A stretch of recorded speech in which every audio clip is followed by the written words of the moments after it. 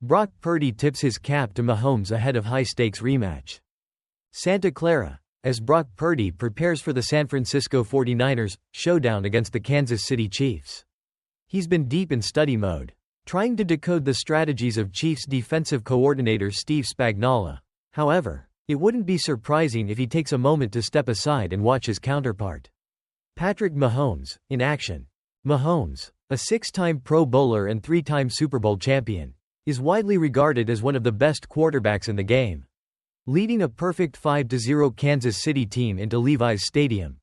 He's on a mission to make history as the first quarterback to win 3 consecutive Super Bowls. "He is who he is," Purdy remarked Thursday. "All the quarterbacks in the NFL would say the same. With the Super Bowls he's won and his unique style of play.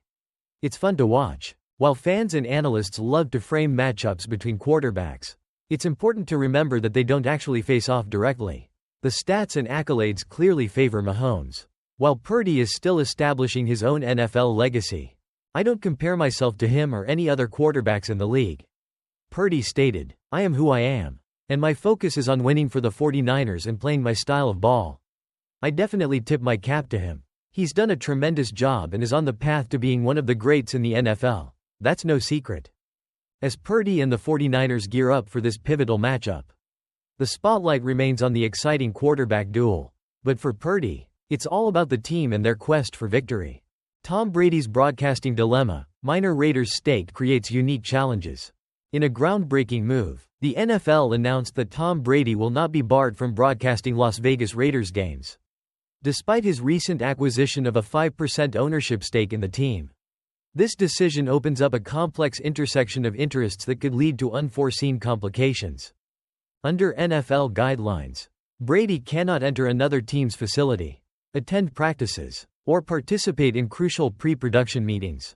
However, his fellow Fox broadcasting crew members will still have access to that information, raising potential concerns about the integrity of game preparations. NFL Executive Vice President Jeff Miller clarified that coaches cannot prevent other crew members from accessing teams during their normal pre-production process. Brady's ownership was unanimously approved at the recent NFL owners' meetings in Atlanta. But having a team owner also serve as a lead broadcaster is uncharted territory for the league. The NFL seems to be navigating this new landscape with caution, resolving issues as they arise. Notably, Brady will face limitations on his criticisms of officiating and other franchises, particularly in regard to team owners, to avoid fines or suspensions. The crux of the concern lies in how much insider information Brady might inadvertently access through his broadcasting role. While he can't participate in pre-production meetings, there's no clear boundary restricting him from benefiting from information gathered by the rest of the Fox team. This could potentially give the Raiders an edge in decision-making. An NFC executive raised alarm over these implications, highlighting the risk of confidential information being shared during production meetings. For instance, if Brady's broadcast partner uncovers issues within a team, that knowledge could be valuable to the Raiders, especially as they approach the trade deadline. The executive pointed to scenarios involving players like Brandon Cooks, where inside knowledge could significantly impact trade negotiations. As Brady's role within the Raiders evolves, questions about how to maintain the separation between his broadcasting duties and ownership responsibilities will persist. For now, the NFL, Fox, and Brady seem prepared to navigate these complexities together. However, as playoff implications come into play and every piece of information becomes critical, the situation may prompt a re-evaluation of these arrangements. Packers signed kicker Brandon McManus amid controversy, special teams coach says. What's not to like? The Green Bay Packers have officially signed kicker Brandon McManus, and general manager Brian Gutekunst expressed the team's confidence in the decision despite past allegations against him. "We're very comfortable," Gutekunst stated, referencing an NFL investigation that concluded there was insufficient evidence of McManus violating the league's personal conduct policy. The allegations stemmed from an incident during a flight from London in September 2023. Where 2 flight attendants accused McManus of inappropriate behavior while intoxicated. After the allegations surfaced, McManus was cut by the Washington Commanders, but the case has since been closed with no disciplinary action from the league. Upon joining the Packers, McManus indicated that the lawsuit had been resolved. though details about whether it was settled or dismissed remain unclear. Florida court records show that depositions with the plaintiffs are still scheduled, leaving some questions unanswered. Special teams coordinator Rich Bisaccia weighed in on the signing, saying, "What's not to like?" While he may have meant this from a purely athletic perspective, such comments risk coming across as tone-deaf, especially given the sensitive nature of the allegations. Gutekunst acknowledged that McManus might not have been available if not for the accusations, emphasizing the delicate balance between assessing talent and addressing personal conduct issues. McManus has a solid track record, converting 81% of his field goal attempts over his 10-year career, making him an appealing choice compared to rookie Braden Narveson, who struggled with 12 successful kicks out of 17 attempts this season before being released. As the Packers navigate this situation, the decision to prioritize football performance over personal conduct could raise eyebrows among fans and advocates for player accountability, particularly regarding issues of violence against women. Mike Tomlin's quarterback quandary: Russell Wilson versus Justin Fields. As the Pittsburgh Steelers navigate their quarterback situation, head coach Mike Tomlin has made it clear the decision between Russell Wilson and Justin Fields is not straightforward. With both quarterbacks healthy for the first time this season, the Steelers are weighing the experience of a 13-year veteran against the youthful dynamism of Fields. While Fields has led Pittsburgh to a 4-2 record, Tomlin's comments suggest he's intrigued by Wilson's proven arm talent, something Fields has yet to fully showcase. "Justin has been really good," Tomlin said, "but we're trying to position ourselves to be that team," hinting at Wilson's potential to elevate the offense. Tomlin's strategy goes beyond individual performances. It reflects a deep understanding of the league's competitive landscape. He's noted the varying strengths of the quarterbacks the Steelers have faced, wins against lesser-performing QBs and tough losses to seasoned passers like Dak Prescott and Joe Flacco.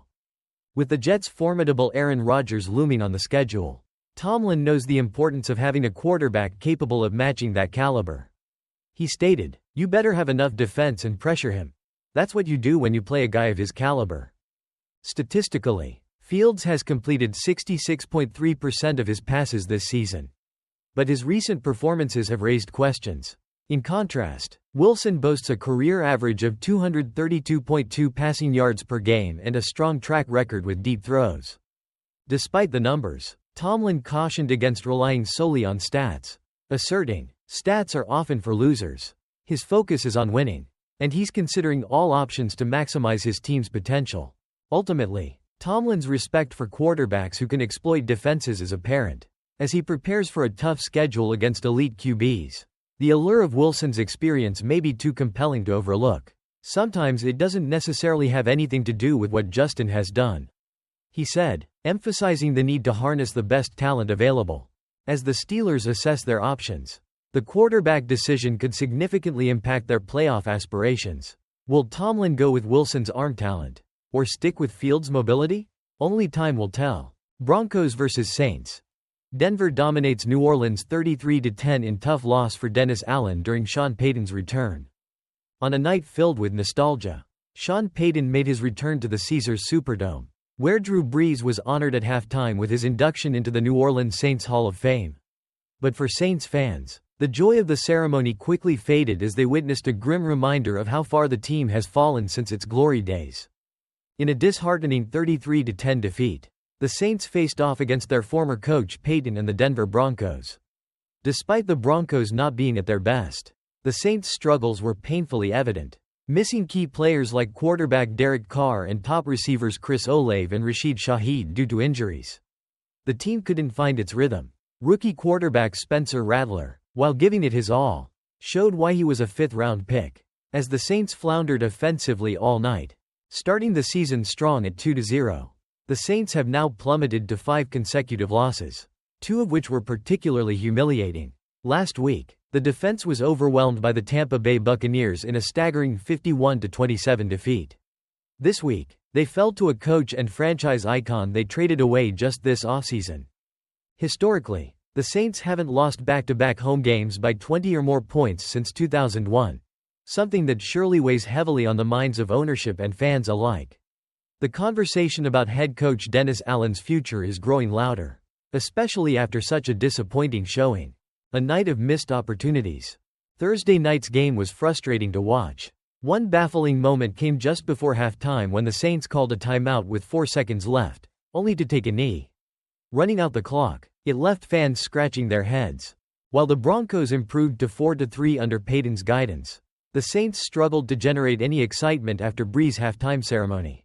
Quarterback Bo Nix displayed inconsistency, but he managed to throw for 134 yards and rush for 41 in the first half. Leading to a 16-3 halftime lead, the Broncos didn't capitalize in the red zone, but it was enough to keep the Saints at bay. A disheartening decline. After a promising start to the season, the Saints have drastically underperformed. Their initial wins against the Panthers and Cowboys have proven hollow, as both defenses are among the league's weakest. The injuries have taken their toll, but they don't fully explain the lack of effort shown, particularly on defense in recent games. In the second half, the Broncos relied heavily on their running game, exploiting glaring holes in the Saints' defense. Getting steamrolled for 2 straight weeks is a tough pill to swallow, especially with Payton walking away with an easy victory. The Saints are struggling on both sides of the ball, and watching their former coach claim a decisive win in New Orleans only adds salt to the wound. As the season progresses, fans are left wondering what's next for this once great franchise.